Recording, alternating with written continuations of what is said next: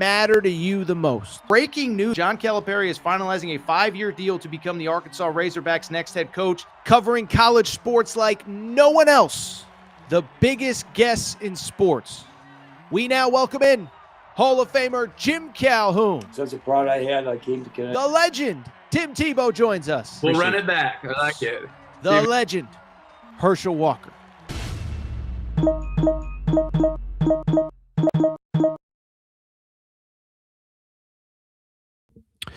Welcome in, everybody. Little Thursday morning edition, Aaron Torres Sports Podcast. I'm your host, Aaron Torres. Hope everybody's doing well. Hope everybody's having a great day. When I tell you college sports, it is just bananas right now. We got ourselves a jam-packed, loaded show. You know where we're going to begin. We're going to start this crazy Charles Bediako story. Was a Bama player, now in the G League, wants to come back to Bama. Bama's going to play him. The NCAA doesn't want him to. What do you need to know? Can anything be done? We'll discuss that. From there, we will very quickly discuss the rest of a Tuesday and Wednesday night in college hoops. A little bit of a slower week in college hoops. UConn, BYU, a lot of teams didn't play, but Kentucky gets its fourth straight win. But another key player is out. Arizona, Nebraska remain undefeated. Going back to Tuesday, UCLA must have heard what Torres said because they get the win over Purdue. John Calipari shakes up the lineup. And we will probably wrap with one football story. Cody Campbell, the Texas Tech booster, says Bama is too broke to compete in college football in 2026. A very interesting quote. We will discuss all of that. Before we get started, a couple quick reminders. Make sure you're subscribed. Aaron Torres Pod YouTube channel. For those of you who are new to the channel, we do a lot of college hoops this time of year, so make sure you're subscribed. We'll also get back to plenty of college football as the news comes, but make sure you're subscribed here on YouTube. We're closing in on 70,000 subscribers. Also, the pod is available on Apple, Spotify, wherever you get your podcasts. Also, before we get started, quick reminder, want to shout out our friends, the official ticketing partner of the Aaron Torres Pod. Do want to thank SeatGeek. Okay, so SeatGeek is America's #1 ticketing app, over 28 million downloads. And what I love about SeatGeek, it's pretty straightforward. There are two things that I love about them. One, they take care of their customers in general, right? Every ticket on the app rated 1 through 10 with a green dot or a red dot. Green dot means that's a darn good ticket. Go ahead and purchase it. Red dot means you maybe want to sit this one out, but not the best ticket for you. But you know what I really love about SeatGeek? It's that they take care of listeners of the Aaron Torres Pod. If you go to SeatGeek.com or download the SeatGeek app, if you use promo code Torres, that's promo code TORRES, promo code Torres, you get $20 off your first purchase. SeatGeek app, promo code Torres gets you $20 off your first purchase. And remember, it's not just tickets to your favorite college basketball game. It's not just tickets to sports. It could be concerts. It could be shows. It could be whatever you want. If SeatGeek has a ticket on their app, if you use promo code Torres, it gets you $20 off your first purchase. SeatGeek.com, promo code Torres. SeatGeek.com, promo code Torres gets you $20 off your first purchase. Matt messing up the frames. Matt, when I record solo, I do that at least once a segment, so no need to worry about it because I'll tell you what, it's a crazy day. There's so much to get to. No more time to waste. Hey, Matt, good news. No matter how bad you screw up today, you won't be a bigger screw up than, I'm sorry to say it, but Nate Oates. Let's get to the topic of the day. Topic of the day, goodness gracious, here we are. Charles Bediako, the former Alabama basketball player, has been in the G League for the last 3 years. Apparently, Charles Bediako is coming back to play college basketball this Saturday. It's crazy. It's insane. There is a lot to dive into. Listen, there's no easy way to get to all this, so I'm going to jump in a lot of different directions, but that guy right there, Charles Bediako, was a member of the Alabama Crimson Tide basketball program from 2021 to 2023. He's gone. But as the old say, what was it, the Eminem song? I was gone for a minute, but I'm back again. Charles Bediako is back. Is there anything the NCAA can do? Let's go ahead and dive into this. So bottom line is, listen, it's going to take a minute. So forgive me, because I know some of you, Torres, you just ramble and you talk too much. There's a lot of context here. I'm going to do my best to make sense of it all. But really, this Charles Bediako story, at minimum, starts about 5 weeks ago with the James Najee story. Now, if you remember on this show, about 5 weeks ago, it was right around Christmas. I believe it was Christmas Eve day. James Najee, a player who had been drafted in the NBA draft, 31st overall pick, I believe, in 2023. He is cleared to play for Baylor. And so at the time we talked about it, by the way, for all Bama fans that are going to say, oh, Torres, you're only picking on us because we're Bama. I was critical of the James Najee decision by the NCAA to allow a player who was drafted to be eligible.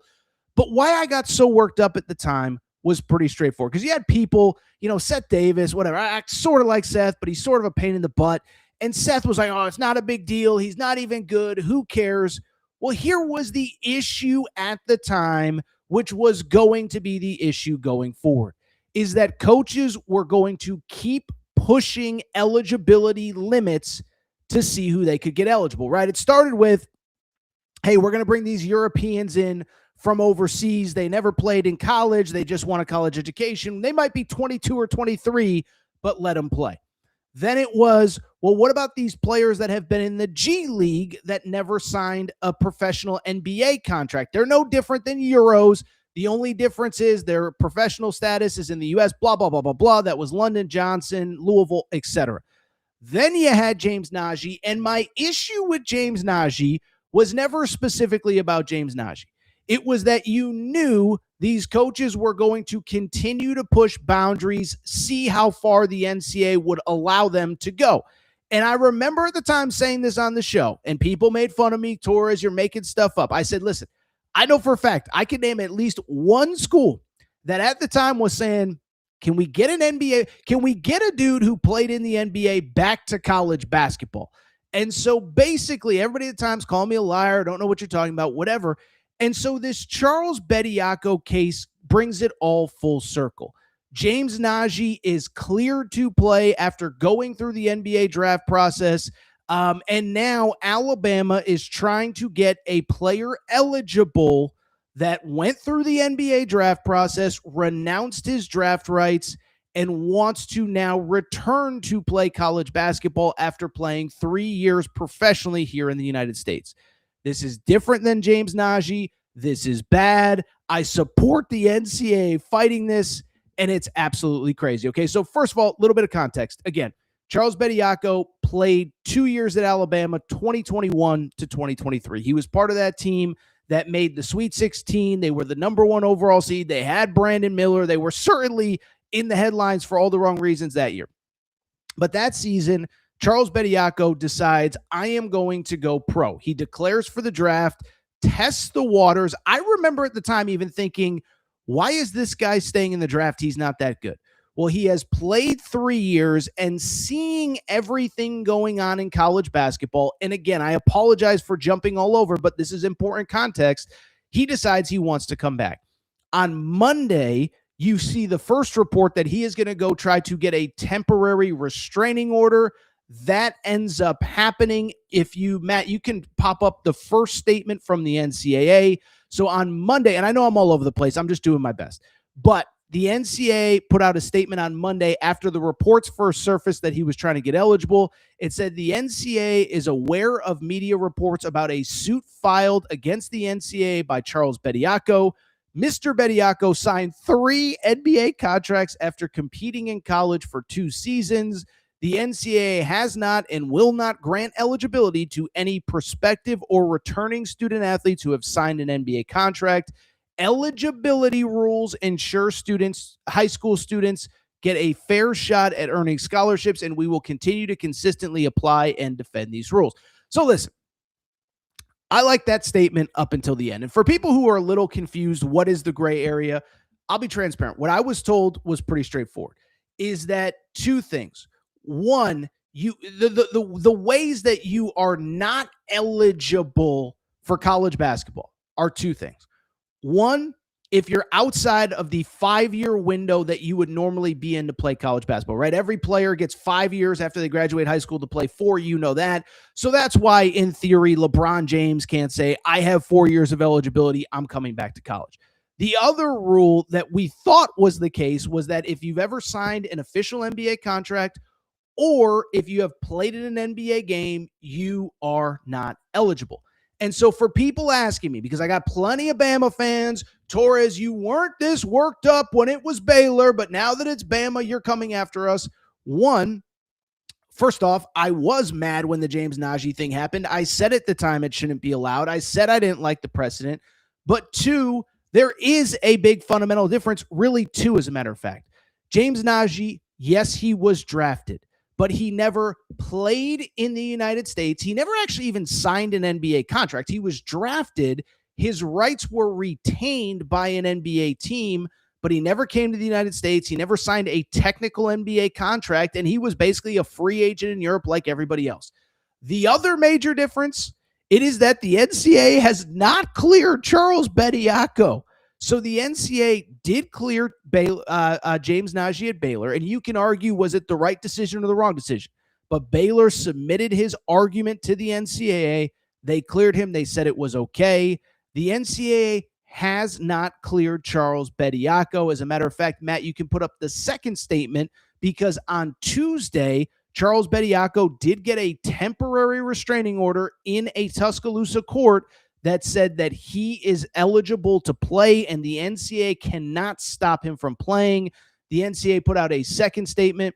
These attempts to sidestep NCAA rules to recruit individuals who have finished their time at college or signed NBA contracts are taking away opportunities from high school students. A judge ordering the NCAA to let a former NCAA player take the court Saturday against actual college students is exactly why Congress must step in and empower college sports to enforce our eligibility rules. So that was the second statement. So the first statement was when the reports came out that he was going to try to get eligible. The second statement happened after, again, for people who don't understand, Charles Bediako went to an Alabama court, received a temporary restraining order. The temporary restraining order says that the NCAA cannot limit him and not allow him to not play on Saturday when Alabama next takes the court against Tennessee. So for all intents and purposes, it feels like we are going to see Charles Bediako on the court for Alabama. This is a total disaster. And I do think there is one, I do think there's one thing the NCAA must do. And so again, to reiterate, what makes this different is two things. He was part of college basketball, declared for the draft, renounced his rights, and decided, you know what, I'm going to go be a pro. Now he's not good enough. Now he's not trying to come back. By the way, the new twist out of Alabama is that, he's coming back to campus to try and earn his degree. No, he's coming back to campus to try to play college basketball because he's not a good pro. Charles Bediako played in a G League game as recently as last weekend, okay? So don't tell me he's trying to come back to college. And let me also say this. For people who say, this isn't a big deal, who cares, he's not that good, let me just spend half a second explaining that part. And again, I understand I'm jumping around, but there's so much here. Why this matters, why it's a huge deal is because essentially if Charles Bediako is cleared to play and plays in college basketball, what it essentially means is that there is no NBA draft deadline, right? Every May we do the NBA draft deadline and these guys declared and these guys are going to stay and these guys are going to go. Well, if Charles Bediako can go through the draft process, renounce his college rights and decide I'm going to stay in the NBA draft, then return to college basketball, it means we have no NBA draft deadline. And so this is something that's worth noting. Not only does the NCAA want to nip in the bud, but also the NBA as well. Because if Charles Bediako can do this, then let's use an extreme example. What if AJ DeBonsa decides to go into the NBA draft? Obviously, he's going to after the year. Then he gets drafted by the Wizards or the Hornets or some franchise he doesn't want to play for. What's to stop him from saying, I'm not going, I'm going back to BYU? Or go to training camp and say, I'm not going, I'm going back to BYU. or midway through his rookie year say, screw this place, it's dysfunctional, I'm going back to BYU. And so, again, it's not just about Charles Bediako. It's about the precedent that is being set, and it's why I'm with the NCAA on this one. And the one thing that I will say that I have yet to hear anybody make a definitive statement on until I said it yesterday is this. What the temporary restraining order, what the court ruling said on Wednesday in Alabama is this. The NCAA cannot bar Charles Bediako from playing for Alabama. But here is my argument. You said that he is not eligible. So if Charles Bediako plays, you can't show up with police and escort him off the court when he tries to check in. But what you can do is say he is an ineligible player. We have made it clear he is an ineligible player, and any game that Charles Bediako plays will be deemed a forfeit. We've talked this is like the oldest NCAA stuff in the book, right? Is you go back to ineligible players 5 years ago, 10 years ago, 20 years ago. You couldn't play. You sat them. If you played them, they were not eligible. You had to forfeit. And so to me, it's pretty cut and dried. Matt, you can pop up my tweet because I said this yesterday. I said, you've said he's ineligible. So it seems pretty straightforward to me. You've said he's ineligible. Any game he plays counts as a loss in the record books for Alabama. Those losses impact seeding or NCAA tournament candidacy altogether. It seems simple to me. And so, of course, the lawyers came out, and we got a lot of lawyers on Twitter. Okay. By the way, we got some lawyers that listen to this show. And listen, I'm not saying that this is the perfect solution, and I'm not saying that it's not going to get fought in court. But again, you can't limit Charles Bediako from playing. But what you can say is if you play, your team forfeits games. And I bring it up because I don't know if I spurred this out of other people, but this seems to now be the consensus in college sports. Dave Benedict, who, if you don't know the name, is the UConn athletic director. He does follow me on Twitter, so maybe he saw me say this. He released a statement to Pete Thamel, who essentially said the same thing that I did. Charles Bediako, you can't keep him from playing, but you can punish Alabama for actually playing him. Here is Dave Benedict's statement to ESPN. If legally we can't control or impose NCAA rules in terms of who can play and who can't based on a legal decision, the NCAA still has a right to determine what games count towards the NCAA tournament and what games don't count. The NCAA has deemed Charles Bediako ineligible. Fine, he can play on the judge's ruling.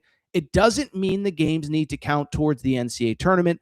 Otherwise, throw away the rule book and set it on fire. There are no rules. That was UConn AD Dave Benedict talking about Charles Bediako. I don't know if he stole that straight from my Twitter feed, but I think he's right. Listen, the NCAA is going to fight this. They will probably lose it in court, but they have to stand up for something. They have to draw a line in the sand somewhere. And I know you can't fight every guy that's trying to get eligible. You know, you fought Diego Pavia in court, you lost. You fought this case, you lost. And they have tried to be flexible.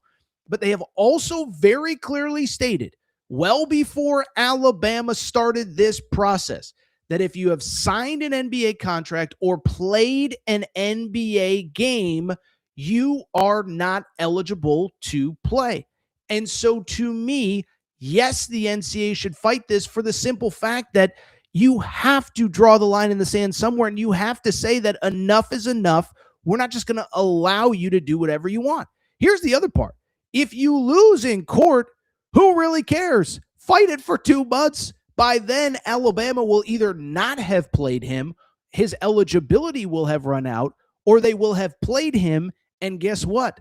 They're going to forfeit a bunch of games. They're not going to be eligible for the tournament. And guess what? Sorry, dude. 2026 is a wipe. So I bring it up because I feel like this is the only course of action. Now, it's 11:23 Eastern time.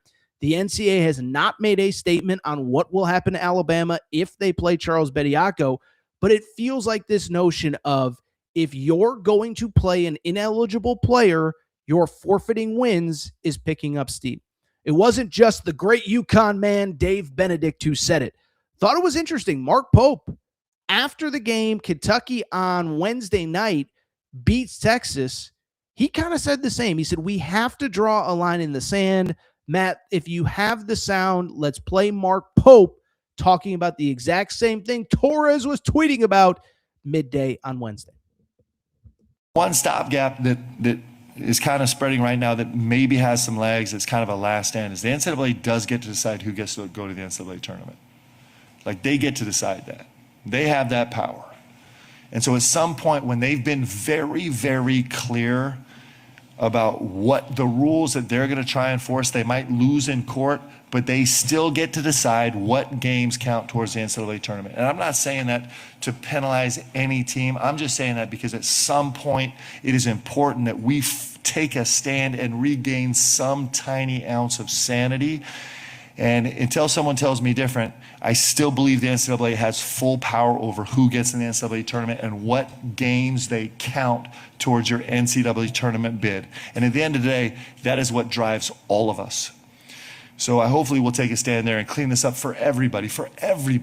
Because right now everybody is chasing their tails, and I think it's a place we can take a stand. I hope we will. This game matters too much. The NCAA tournament is too extraordinary a deal. These high school players and these young players and all these players matter too much. College basketball matters too much. It's just time to take a stand, bring a little bit of sanity to this deal, say it publicly, and let's move forward. Listen, I've been critical of Mark Pope for some of the stuff on the court. I thought he totally nailed it there. You know, the only thing that I would disagree with is, you know, he did say something to the effect of, listen, I'm not trying to call out any school specifically. No, I think that's part of the problem. It's time to start calling out people specifically, right? And I'll go back and in defense of Alabama, I said this with the James Najee stuff. I thought with the James Najee stuff a month ago, I thought people were too soft on Scott Drew. And it felt like other coaches didn't want to call him out by name. I understand they have, I have respect for Scott Drew and I coach against Scott Drew and blah, blah, blah, blah, blah. And I said, no. Say it with your chest. Call him out by name. Because all I heard with Scott Drew was, well, I don't like this from Scott, but I can't blame him for doing this. And, I don't agree with Scott, but though there are no rules and no, say it with your chest. Do you think what Scott Drew did is screwed up? I had a coach, I swear on my life, because people were going to say you're making it up. I had a coach text me last night. I was watching the USC game at, 1 a.m. Eastern. They lost to Northwestern, by the way, bad loss. I had a coach texting me like, I can't root for Baylor. Scott Drew knows what he did was wrong. And and so it's the same with Nate Oates. Listen, I like Nate Oates. I've had Nate Oates on this show. He's always been very nice to me. And I actually think he's maybe top 2, top 3 coaches in college basketball. But instead of dancing around and, it's nobody's fault and we need rule. No. Say it with your freaking chest. What Nate Oates is doing is bad for college basketball. I think Mark Pope got about 80% of the way there, but call out Nate Oates. Say, no, Nate Oates, this is not good enough. And you know what the worst part about all this is? You know who's the biggest hypocrite out of all this? It's Nate Oates himself. Because ultimately, at the end of the day, you go back to a few weeks ago when all this started, Mark Pope just referenced this matters to college players and high school players and whatever. In the NCAA statement, they said we have to allow high school players to still have opportunities to play this sport. We can't just be bringing back 23, 24-year-olds. You know who agreed with that sentiment as of like a month ago? Nate Oates. He did an interview with SiriusXM after the James Najee situation where he was asked about the whole situation. What did he say? Well, I'm a former high school coach, and I hate that high school players aren't getting opportunities. Matt, play this. I have to if they're eligible and somebody else is going to get them. Like I wouldn't say I'd be one of the guys that was necessarily for it to begin with, because I do think it's taken away opportunities from kids coming out of high school that, I was a high school coach for 11 years. I wanted my kids to get opportunities when they left my program. This is taking opportunities away from those kids, but on a competitive level, if it's allowable and they're going to be eligible to play and they're the better players you can get, then you probably got to go after them. That was Nate Oates just a month ago.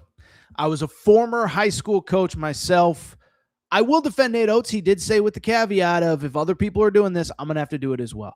Listen, somebody's got to step up. Somebody's got to draw a line in the sand. And the NCAA, I truly believe, even if you're going to lose in court, this is a stand that you have to take. Kick the can down the road. Say publicly, we have told you, again, for people just joining us, the difference between Bediako and James Najee is straightforward. James Najee, Baylor, for my criticism of them, Baylor went through the process with the NCAA. They waited till he got cleared. They decided to play him. Charles Bediako has not been cleared by the NCAA. He is an ineligible player. The NCAA has been clear that if you have signed an NBA contract or played in an NBA game, you are not eligible to play. I think the only choice the NCAA has, they have to release a statement. It's 11:30 Eastern time a.m. on Thursday morning when we're recording. I think by late Friday, they have to release a statement that says, bottom line, if Charles Bediako plays, he is an ineligible player, Alabama will forfeit every win in which he participates in. That's the only answer. That's the only resolution.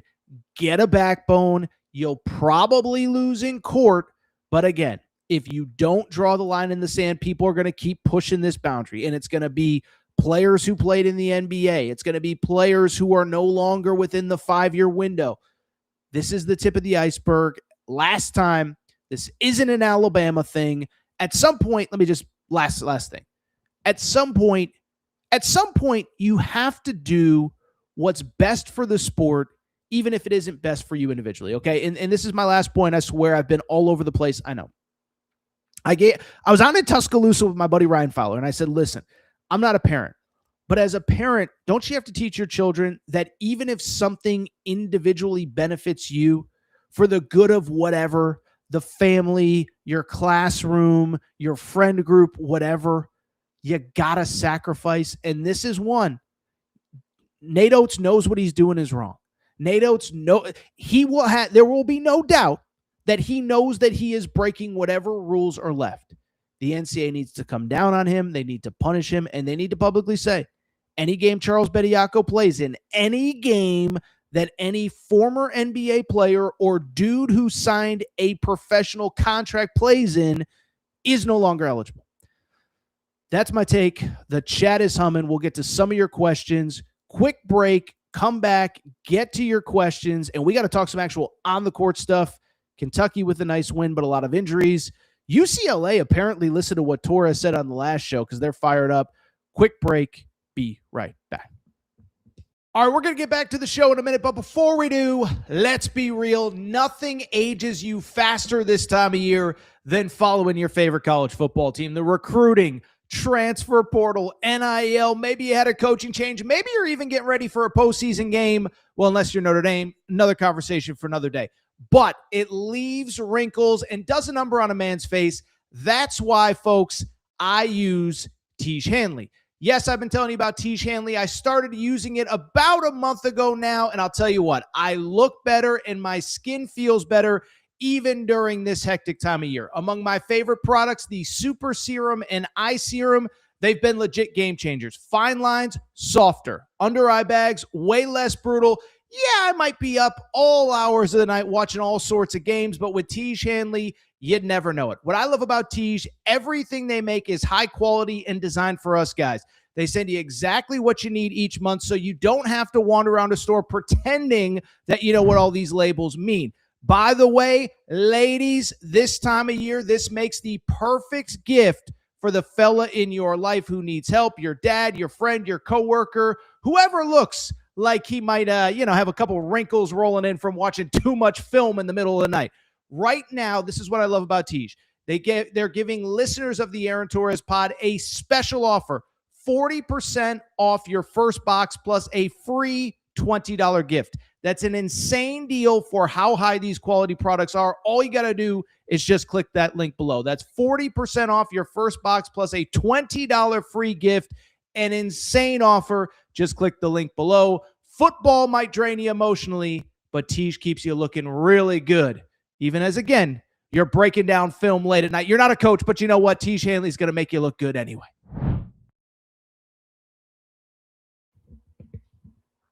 All right, everybody. I'm back. Good to be back. Charles Bediako certainly created some interest in the chat. Matt, have you pulled anything specific, or should I just run through some of these?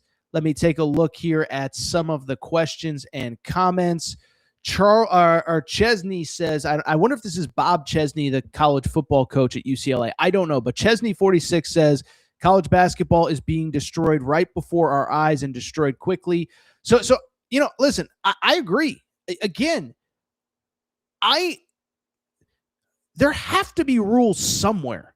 And I understand that the line is gray, but I actually, because this is an Alabama fan argument, is that the line is gray. The line is blurred. I actually don't think the line is blurred. The NCAA has made it very clear. If you sign an NBA contract of any sort, or you play in an NBA game, you are not eligible. Charles Bediako went through the NBA draft process and chose to leave college. Just because you suck at your job as a professional, and that's what Charles Bediako is and does, doesn't mean you get to go back. Listen, this is a crappy analogy, but if I tried to start a professional career in media and I sucked, I don't get to go back to UConn and write for the student newspaper. Like, that's essentially what we're talking about. Oh, Torres sucked as a newspaper writer, or Torres sucked as a radio host.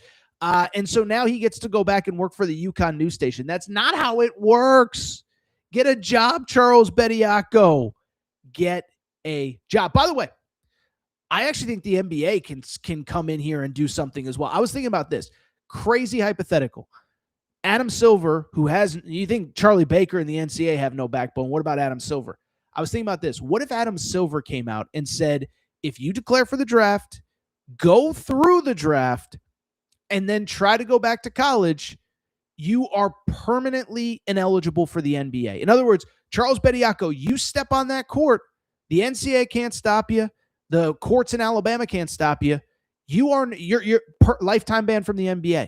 All of a sudden, this issue goes away because, again, it's now an NBA issue. If Charles Bediako plays for Alabama on Saturday, then there is no NBA draft deadline, and guys can just all come willy-nilly. Anything else, Matt, on Charles Bediako? If there's anything else outside of Bediako. All right, so Zach asked, my question is, why is no one raging on the circuit court allowing this? I bet he wants Greenland too. Oh, we got some Greenland talk in the chat here. Yeah, listen, we need this new military base in Tuscaloosa. No, listen, I'll say this with the courts. I think we all just default to the local court is going to do what's best for the local team, right? Trinidad Chambliss is appealing his NCAA eligibility in a Mississippi court. I wonder if the Mississippi court is going to favor him. We'll see. By the way, this is kind of an interesting side note. Listen, I'm not a lawyer, but Darian Mensah is appealing his situation with the NCAA and with Miami in a North Carolina court. And what essentially the North Carolina court, if I understand it correctly, said the other day is that basically you can enter the transfer portal, but your NIL rights are solely for Duke and you cannot enroll in another school. And so basically you can enter the transfer portal, you can commit, you can have Hayes Fawcett make a graphic, but you step on the field, you have to repay Duke whatever, and that one's going to go on and on. But I just bring it up because the local court is always going to side with the local team. By the way, I should mention this as well. It's pinned at the top of the YouTube chat.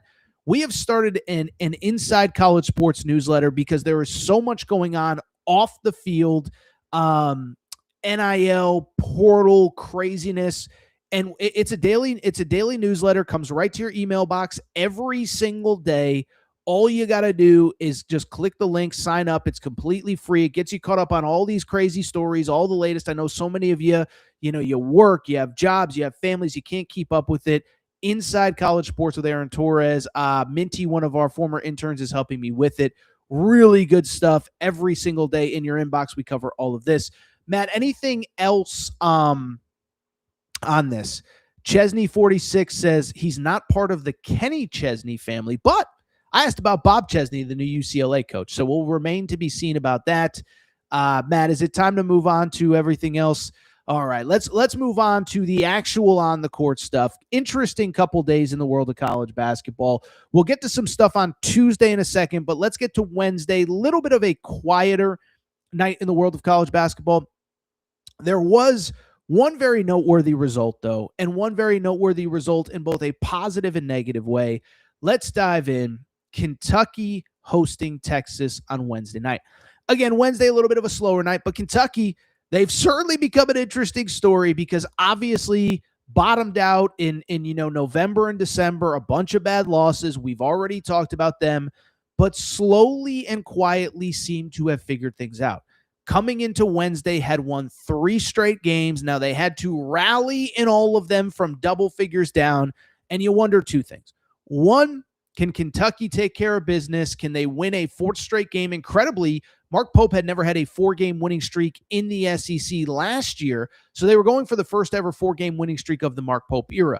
But I think more importantly, the question became, can you stay hot and can you not fall down by 1,000,000 points in the first half?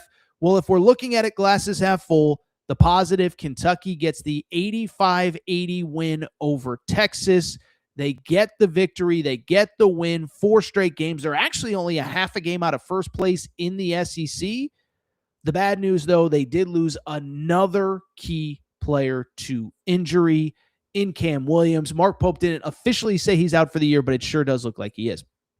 Listen, we're going to get to the injuries and stuff in a second. What it means, is there a bigger picture issue with all of these injuries?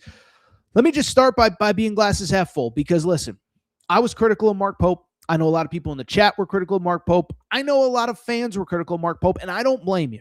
We know what the Kentucky standard is. Mark Pope knows what the Kentucky standard is, and we know that November and December simply wasn't good enough. What we also can't deny, and I said this after the Tennessee game, Mark Pope had clearly not lost the locker room. Those guys clearly still believed in his message. They were clearly still playing hard for him.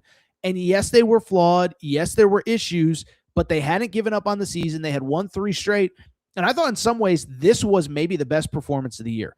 First of all, I think he's finally started to figure out a lineup that works. And I do think some of the previous injuries, Jalen Lowe, was he in the lineup? Was he out of the lineup? How much was he going to play? You're trying to protect his shoulder. Well, now you know. Denzel Aberdeen's the starting point guard. He has been phenomenal in that role the last couple games. He was phenomenal again on Wednesday night against Texas. After the big game against Tennessee, he finishes with 18 points in the win against Texas, was probably 19 points actually, was probably the best player on the floor. Otega Owe, I thought it was interesting, was good, but not necessarily great in the win over Tennessee. Did kind of start a fight after the game, but he kind of returned back to that form, had 4 straight 20-point games prior to the win at Tennessee. Well, he finishes with 18. And then I think what's interesting is guys on the bench are starting to figure out their roles as well. Colin Chandler was the starter, was kind of a point guard early in the year, but he wasn't a point guard, but he was handling the ball. He looks very comfortable coming off the bench and kind of being instant offense, instant scoring. Finishes the game with 18 points, 2 3-pointers made.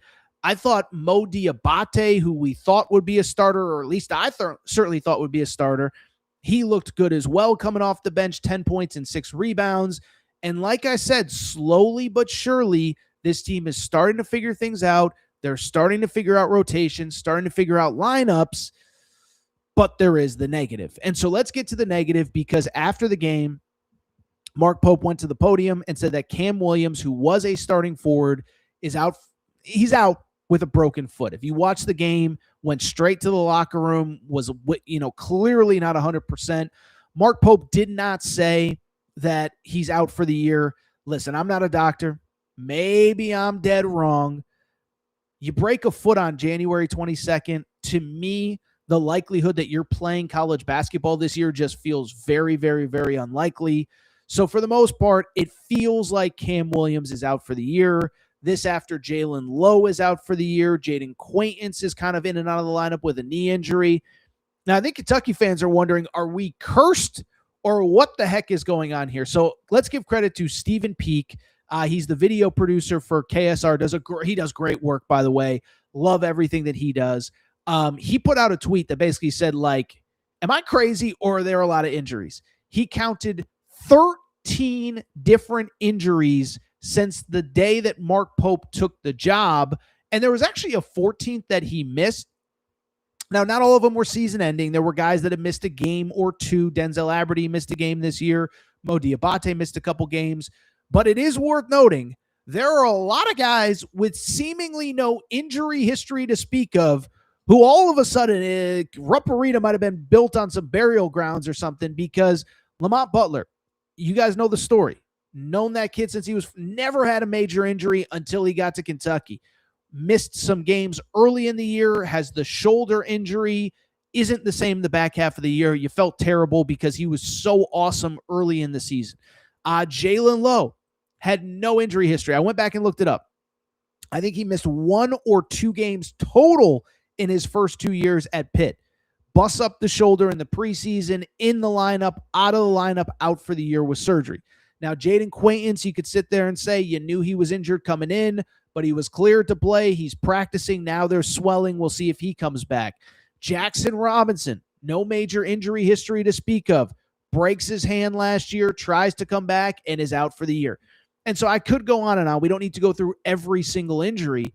But I think Kentucky fans are starting to say, is there something wrong? Are we doing something wrong? And that, I don't have an answer for, right? Like the one thing I will say, I'm not going to throw a medical staff under the bus. Like I can criticize coaching. I can criticize rotations. I'm not going to criticize the dude who went to medical school for 8 years because guys keep getting hurt.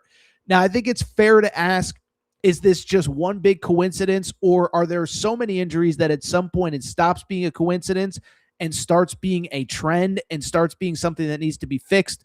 Listen, we've seen in the past when there's too many injuries, sometimes a strength and conditioning coach will get fired. A medical staff will get fired. That is stuff that does happen. So we'll see what happens in Kentucky, but it does feel like it is more than just coincidence that so many guys keep getting hurt. The one thing I will say, and I don't think you can say it's a total silver lining, but the gift and the curse of Kentucky all year has been they don't have that one great player, but the counter to it is that they don't have the one great player. And so every game it feels like somebody a little bit different has been stepping up. And in some ways that helps when you deal with injuries, is that you're not relying on one individual guy. Some nights it's Denzel Aberdeen. Some nights it's Otega Owe. Some nights it's, Brandon Garrison has had his moments. Malachi Moreno has had his moments hitting the buzzer beater to beat LSU. And so I just bring it up because if you're looking for some sort of silver lining, it's probably that this is a team that there's no great player that you cannot live without. So if you're looking for glasses half full, I think that's what it is with Kentucky. The glasses half empty is that the schedule does get tougher. You play Ole Miss this weekend. That's a game that even without Cam Williams, I assume you'll be favored. But the next two, at Vanderbilt, at Arkansas. Now, I don't think Vanderbilt's that good. I think Vanderbilt's fine. I don't think that's a game that is completely unwinnable. But obviously, Arkansas is basically unbeatable at home. The schedule gets much tougher. Glasses half full. You just took care of business against a good Texas team at home. You've won 4 straight. Bad news is another injury. I'm going to look at it from the glasses half full perspective. 13-6 overall. Here's the other thing, and we keep mentioning it. You're a half a game out of first. You're 1 game, I guess, technically out of first place in the SEC. 2 teams, Texas A&M and Florida, tied atop the league standings. I keep going back to, if you just close against Missouri, you're tied for first place in the SEC right now. So it's not good. I think it's fair for people to ask questions about the medical staff, the strength and conditioning. I'm not going to be the one to criticize, but I think it's fair to ask questions. Kentucky wins, bad injury, once again.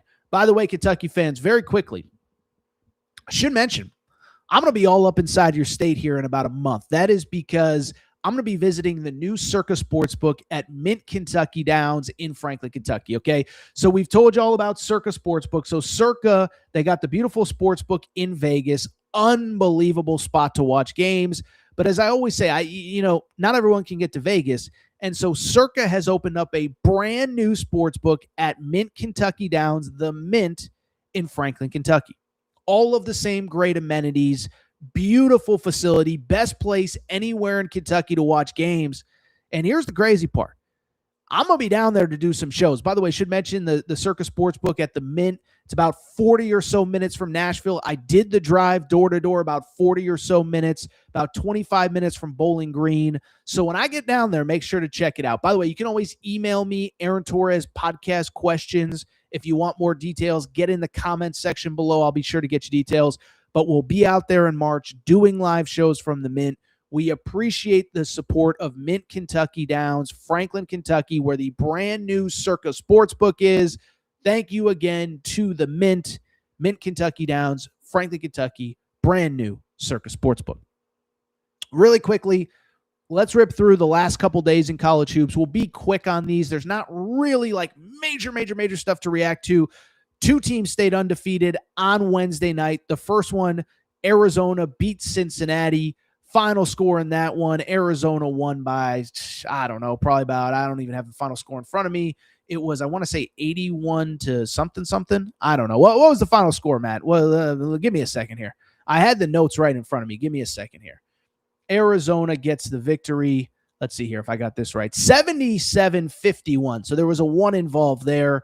Arizona, the 26-point win. Think about Arizona, undefeated, 19-0. Crazy part about them, they get contributions every night. It's from somebody different. Sometimes it's Jaden Bradley. Koa Pete had the great game against Florida. Braden Burries had the great game against Alabama before Arizona beat Alabama so bad they had to start recruiting NBA players, okay? Bottom line is that Arizona gets the win, deserved number one team in the country. So many guys that can beat you. And I'll just say this for Arizona. They play at home this weekend in a game against the West Virginia Mountaineers. They should be 20-0 next Monday. They go to BYU. I know BYU lost, so it'll technically be a top 15 matchup. I think those are two of the top 10 teams in college basketball. Arizona gets the win to improve to 19-0, the very deserving number one team in the country. You know what we haven't talked about a lot in the history of this show? Nebraska basketball, or Nebraska ball, as they say. And Nebraska gets the win over Washington 76-66 with the victory. Nebraska is now 19-0, clearly the greatest start in program history. And listen, we're not going to break down Nebraska, but this is one of the coolest stories in the sport. This is, of course, the only power conference program that has never won an NCAA tournament game. You know, I think as we get deeper into this new world of college sports, people are asking, like, what is the equivalent of Indiana football in the world of college basketball? It's probably Nebraska being 19-0. Now, Nebraska, obviously, Indiana, they're in year 2 of this Signetti thing. So I think this would be more like Nebraska last year, or Indiana last year making the college football playoff. And then next year would be the year that Nebraska, gets the portal star and goes, 38-2 and wins the national championship. But they're 19-0. Incredible story. They deserve credit. One of only a handful of undefeated teams, along with Arizona and the Miami of Ohio Redhawks. It'll be interesting for Nebraska. 3 of their next 4 on the road. In their next 5, they play Purdue and Illinois at home, as well as at Michigan. So I don't think this thing is going to last forever, but we got to give them credit where it's due. Nebraska gets a win to improve to 19-0, and they are sitting alone in first place in the Big Ten. There is a 4-way tie of 7-1 teams behind them, and that is because Purdue took the first loss of its Big Ten season on Tuesday night against UCLA. Now, we're not going to spend a ton of time on this because it was 2 nights ago, but did Torres inspire UCLA or what? Because if you listen to Sunday's show, I kind of went all in on Mick Cronin, and I kind of just said, dude, It's run its course. All this guy does is complain. The team's not winning. Thought it was noteworthy. Joe Lunardi's most recent bracket came out on Tuesday. UCLA was not in the NCAA tournament, so they needed a signature win. They get a signature win, essentially a buzzer beater from Tyler Bilodeau. It wasn't quite, but they get the win 69-67. The Bilodeau shot comes off a pass from Donovan Dent. Listen, Donovan Dent, in my opinion, I'll say it with my chest. I thought he was the best guard in the portal last offseason. I still think he was. Now, I don't think UCLA was a great fit for him, but he's from LA. He wanted to play at UCLA. I actually think in a lot of ways, the fit at Kentucky would have been great for him. He chose UCLA over Kentucky. I think it would have been better for him and Kentucky to get Donovan Dent, whatever. Bottom line is he hasn't been that dude for Mick Cronin. The counter is he played like the dude that was the number one guard in the portal on Tuesday night. 23 points, 13 assists, including the assist on the game winner. And I'll defend UCLA. I was critical of them after the loss to Ohio State, which dropped them to 3-3, 4-3 in Big Ten play. You lose to a bad Ohio State team on the road. You get that Donovan Dent, you can beat anybody in college basketball, or at least anybody in the Big Ten going forward. So UCLA gets a much-needed win. Purdue, there's no takeaway. They're going to be fine. Purdue is sitting at, 17-2, 7-1 in the Big Ten. They get the victory. It is worth noting, by the way, even after the biggest win of the season, what was my complaint on Sunday's show about Mick Cronin and UCLA? It's that this guy never stops whining. Well, here was Mick Cronin after the game, just beat Purdue. Maybe his best regular season win as UCLA head coach. Mick Cronin couldn't help but have some fun with the Big Ten. This guy loves to complain. Matt, you could play Mick Cronin's sound. And I want to thank the Big Ten for giving us 5 of our first 7 on the road, bringing Purdue here on Thursday night. We don't get back in LA till Saturday morning, and giving us the team pick to win the league on a 2 days rest after 5 of our first 7 on the road. I want to thank the Big Ten for that. They're liable to make it worse next year. It couldn't be much worse. Couldn't be much worse. A, I don't think they care about basketball. True. That's just my opinion. B, look, man, and they ain't moving the city of Los Angeles. I don't want them to, and they damn sure ain't moving UCLA, and I don't want them to. And we're in the league in the Midwest, so that's just going to be what it's going to be. But you ain't got to play 5 of your first 7 on the road and then come home and get the team picked to win the league on 2 days rest. I had 2 Hall of Fame coaches sent me a text. Why do you play Purdue tonight? I just saw you play Saturday at Ohio State. I said, I'll give you one better. They've been here since Thursday. Mick Cronin, I think I said this on a show at some point. I'm creating a new stat for Mick Cronin. So in baseball, we have WAR, wins above replacement. In college basketball, we have WAR, wins above replacement. Mick Cronin, no doubt the national leader in the new AT stat, wins above replacement as UCLA gets the win. However, he's not happy. 4 of their first 6 on the road. Now, I will note this. 4 of their first 6 on the road. Here is the counter to that. In the next, let me see here. The next 5 weeks, they do play, well, let me see here. 5, they play 5 of their next 7 on the road, or 5 of their next 7 at home, excuse me. They have one West Coast or one Midwest road trip between now and the last week of February. So they get 5 straight weeks where they're basically at home. So Mick Cronin loves to whine. They get the win. I don't even know what else there to say. I also think it's funny. Apparently Hall of Fame coaches are just sitting around, breaking down Mick Cronin's schedule. Coach K is at home like, you know what? I was going to go for a jog. I was going to go, do whatever. I'm going to start looking at UCLA's. I think Mick Cronin may have made that up, may have been a little bit hyperbolic. Only other note from Wednesday or Tuesday in college hoops, Arkansas beat Vandy in a top 20 showdown. Listen, I've done the full circle thing on Arkansas. When they've won at home, I've given them credit. when Arkansas is locked in, Arkansas looks like a top 10 team in college basketball that can go to a Final Four and win a national championship. The problem is there is a huge difference between who they are at home, who they are on the road. That is indisputable. They've lost their last 2 road games by 10 plus points. They've won their last 2 home games by, I want to say, like 25, 30 points apiece. And so I'm not going to sit here and do the whole, like, if Arkansas plays like this every single game, they can win the SEC. But at some point, you do have to win games on the road. We'll get to the schedule in half a second. Did think it was interesting. In this game, there had been talk after the Georgia loss on Sunday of shaking up the starting lineup. The thought was put Malik Ewan in at center instead of Nick Pringle. Well, Coach Cal did the opposite, put Malik Thomas in the starting lineup, put DJ Wagner on the bench.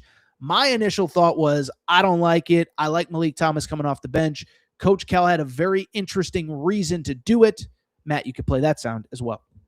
To being a special team, and individually, you have a chance to change your life forever, and you just, I didn't feel like it today. I don't get it. I don't understand it.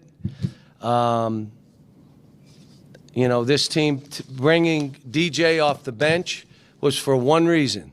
I needed to get him going. So I wanted him to be the point guard. So when he went in, he handled the ball. So he had the ball more in his hand where he could then just go play. And he did great. Started Carter to get him going. And I said to him, rebound, defend, block some shots. Don't worry about this bag over here. Leave that over there. Just do these things. It doesn't take skill. It doesn't take confidence. Go do all this and that other stuff. Coach Cal moving DJ Wagner out of the starting lineup, thought it was interesting, basically said, like, look, DJ was struggling. He didn't have the ball in his hands because we have maybe the best point guard in college basketball. So I took him out of the starting lineup. When I saw that before the game, I thought it was a demotion. DJ Wagner played the best game maybe of his season, 11 points, 3 assists. Listen, you have Darius Acuff. You're not taking the ball out of Darius Acuff's hands, but DJ Wagner runs the second team. And I think as importantly, when he comes in, Darius Acuff can play a little bit off the ball as well. So Arkansas, I'll tell you this, I still think they can win the SEC. Right now, Florida and Vandy are tied atop the SEC standings. Arkansas, one of 4 teams that have 2 losses in the league. The other 2, the Kentucky Wildcats, the Georgia Bulldogs. Arkansas is 1. And, of course, Alabama, who is currently recruiting the roster of the Los Angeles Lakers and Clippers to find their next players. They have 2 losses as well. Bring it up solely to say, listen, Arkansas can win the SEC, but at some point you need to win games on the road, and you need to show up for games on the road as well. I will say this, Arkansas has a 5-game stretch. If we're under the assumption that Arkansas is a juggernaut at home, their next 5, LSU at home, at Oklahoma, Kentucky at home, Mississippi State, LSU, both on the road. If there are road games to be won in the SEC, at LSU, at Oklahoma, and at Mississippi State, quite literally the 3 worst teams in the SEC standings right now, you got to go 3 for 3 if you want to win the SEC. And I think this is a team that should have their aspirations on winning the SEC. I think they can have like a 2 or 3 seed come Selection Sunday. These are the games you have to win. So we'll see what happens with Arkansas. They get the top 20 win against Vandy. Arkansas hosting LSU on Saturday night.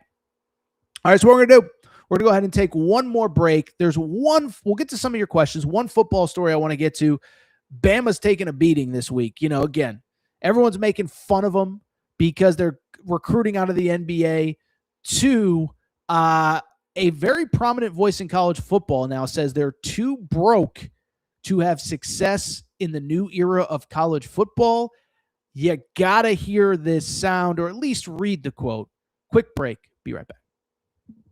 All right, we're going to get back to the show in a minute, but before we do, you know what we got to do. We got to thank our friends. We got to thank our partners. We got to go ahead and thank Cauley Puffs and CauleyPuffs.com. Yeah, you see the logo on the back of the screen right here. Okay, so I've told you all about Cauley Puffs, but family-owned company, not far from where I live. Joey, a huge sports fan, and one day he was sitting on the couch and he said, you know what?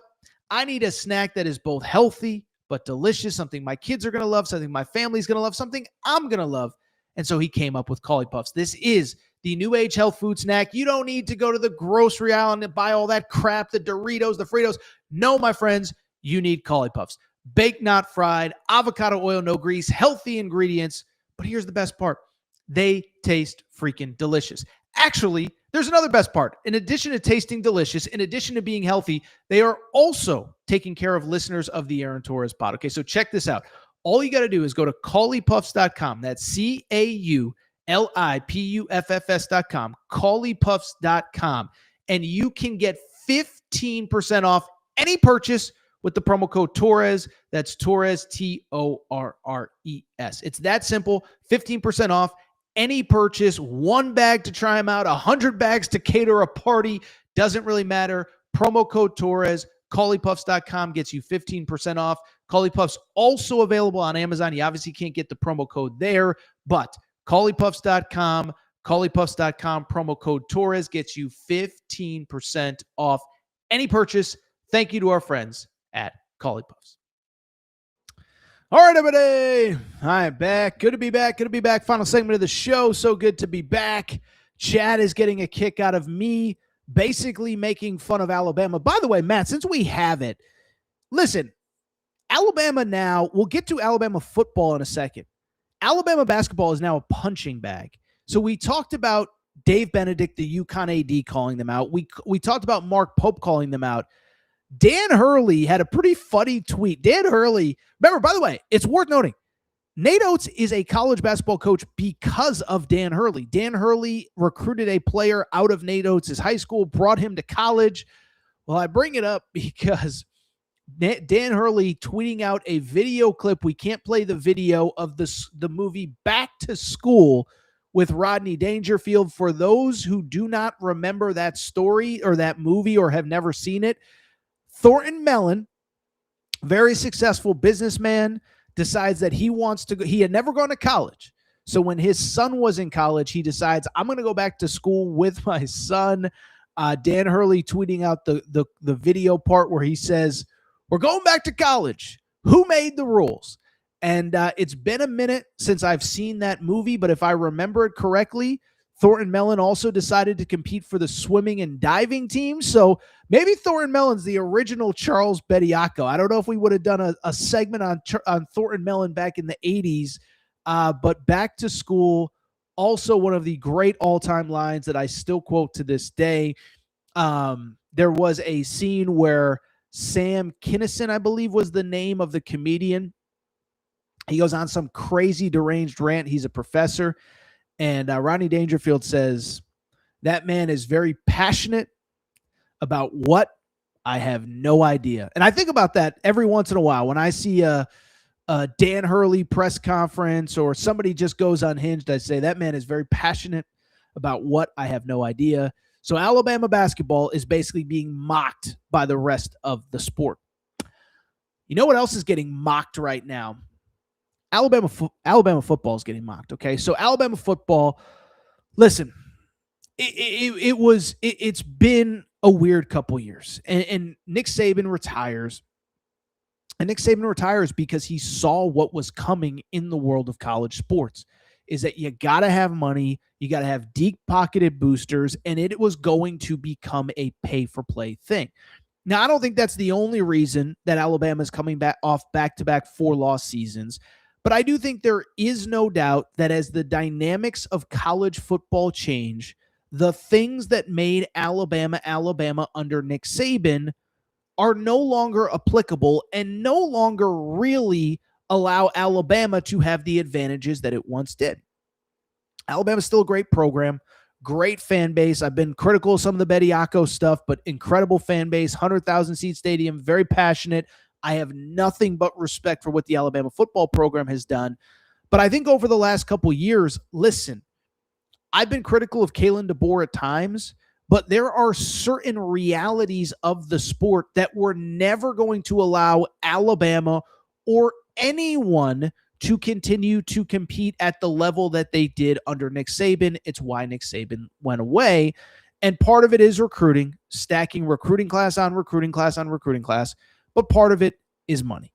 is basically it's going to be hard to compete going forward if you don't have well-heeled boosters and lots of them who can pay for a roster year over year over year. And I know the House settlement allows the schools to pay $20 million apiece, but we know that schools are spending much more than that.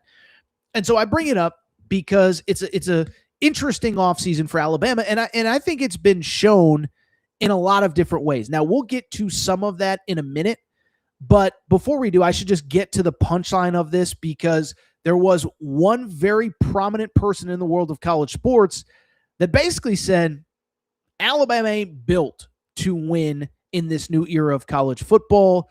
That was Texas Tech mega booster Cody Campbell. So by now, you probably know the name Cody Campbell. If you don't, if you want to know the guy that more than anyone is bankrolling this Texas Tech thing, it's Cody Campbell. He's not the only guy writing $1 million and maybe $10 million checks to Texas Tech, but he's the biggest name, former player, and basically he's the guy that spearheaded this spending spree, say that 10 times fast, spearheaded the spending spree that allowed Texas Tech to make the college football playoff this year.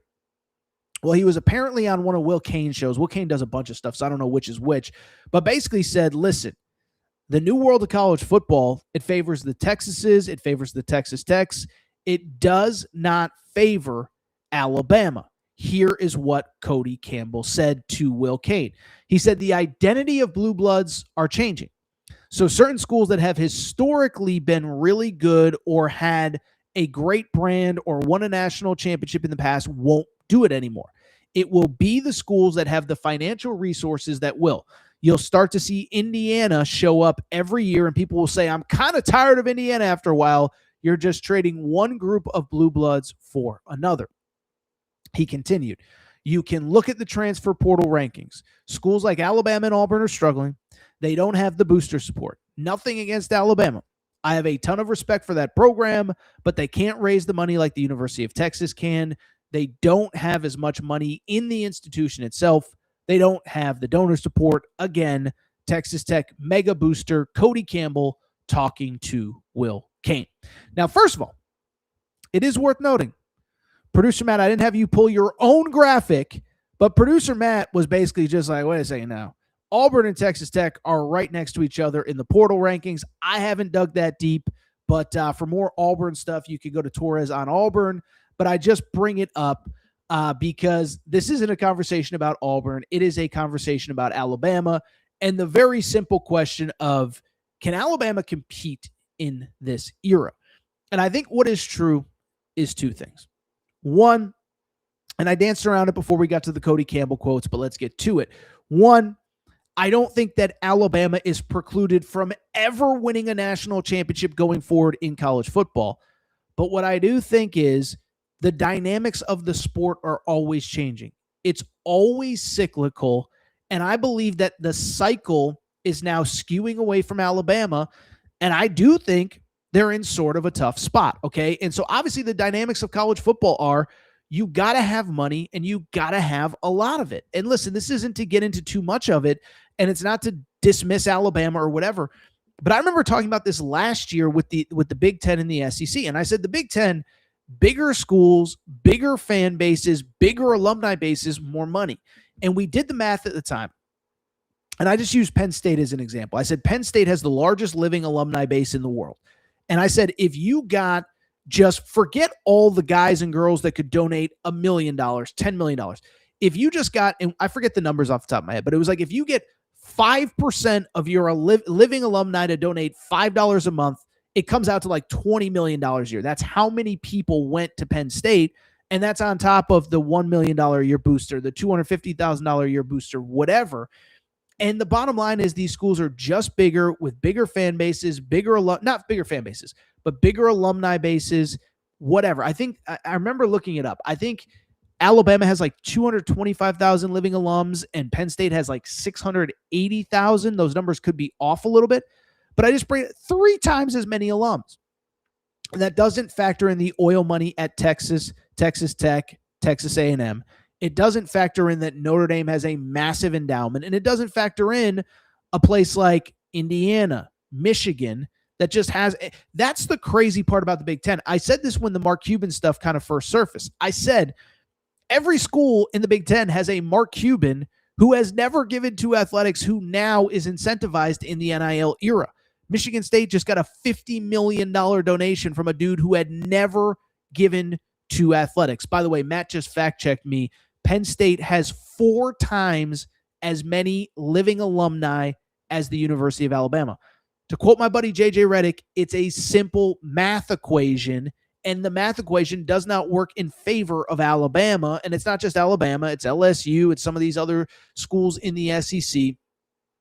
And I do think, listen, money more than anything else is going to be a thing that you need going forward. And it's not, $150,000 for an upgrade in the facility. It's like, can you raise $10 million on top of the 20 that the school is going to give to keep your football team together? And there's no doubt that 2 things are happening. One, other schools are doing it. Remember, Lane Kiffin, when he left Ole Miss, he talked publicly about raising money above the cap, raising money above the $20.5 million. Well, guess what? That's why he left LSU. BYU, when Kalani Sitake stayed, they talked about raising money outside of the $20 million that they were going to give to student athletes. Again, you can do it in a legal fashion, but Alabama, it's just going to be harder.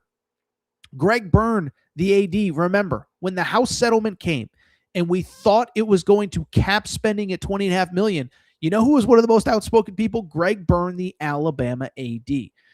He was happy because he said, you know what, this is what we need to get some, to get things back going in college sports, but he was doing it from his own place of self-interest. And so, like I said, I don't think it's a coincidence that Nick Saban left when he did, and I don't think it's a coincidence that Alabama, it's trending in the wrong direction, and it's because of these dynamics. I'll say this. I mentioned it on the show on Tuesday, but remember the way too early top 25 came out. Alabama was number 17 in the way too early top 25. And I just said, why is no one talking about the fact that nobody thinks Alabama is going to be great going into next year? And so that's the reality. I thought the portal was interesting this year. Cam Coleman took a visit to Alabama, but was it because he was buddies with a guy on the team, with a couple guys on the team? Was it because Derek Nix, his former wide receivers coach, came from Auburn? Was he ever seriously considering Alabama? I don't know, but it doesn't feel like it. Jordan Seaton, when he entered the portal, I saw Alabama media members saying, don't even think about bringing this kid in, or don't even get your hopes up if you're a Bama fan, because we don't have the money to get into a bidding war with Oregon or Texas or whomever to get this kid. And so again, I'm not saying that Alabama can't win. And in some ways, I think, there are some dynamics in their favor. I think the Indiana story is interesting because Indiana proved you don't need elite high school recruiting, and you don't need necessarily even elite portal players. You just need the right ones. And so it'll be interesting in Alabama. They're still recruiting at a good level at high school. I think for them, it's going to be about retaining elite players out of high school, bringing them in, retaining them, and then getting the right guys out of the portal. Not the biggest names, but can you get the third wide receiver from, can you get the number 1 wide receiver at Akron who might be your third wide receiver? Can you get the tackle from the FCS level that can be a backup tackle at both spots? I mean, these are things that you have to think about if you're Alabama, because you're not going to be able to outspend Texas Tech. You're not going to be able to outspend Texas. And increasingly, you're not going to be able to outspend the, Indianas, the Michigans, the Notre Dames of the world as well. All right. I think that's it for this episode of the Aaron Torres pod. Matt, anything interesting in the chat? You're not going to be able to outspend the Auburns either. Anything in the chat? Let's see here. No. Pam is asking, is this live? Yes, we are live, Pam. We usually go live every Sunday, Tuesday, and Thursday, 11 a.m. Eastern. I will say Sunday shows are going to start being at nighttime now, just because there's going to be more college hoops. We will do a Sunday show in the morning on this Sunday, of course, because surprise, surprise, there's NFL in the afternoon. But yes, we are live. All right. I think that's it. Chat's pretty quiet, but I appreciate everybody's support.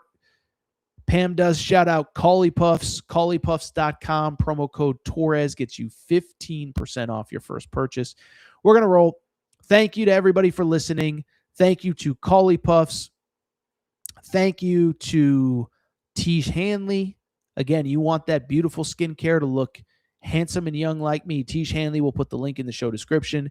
Thank you to SeatGeek. Promo code Torres gets you $20 off your first purchase.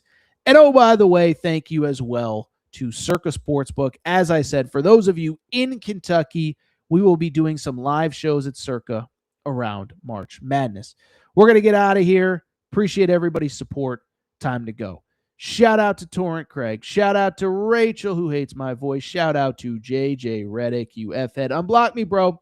I'll be back. New episode, Aaron Torres Pod, coming soon. Thank you.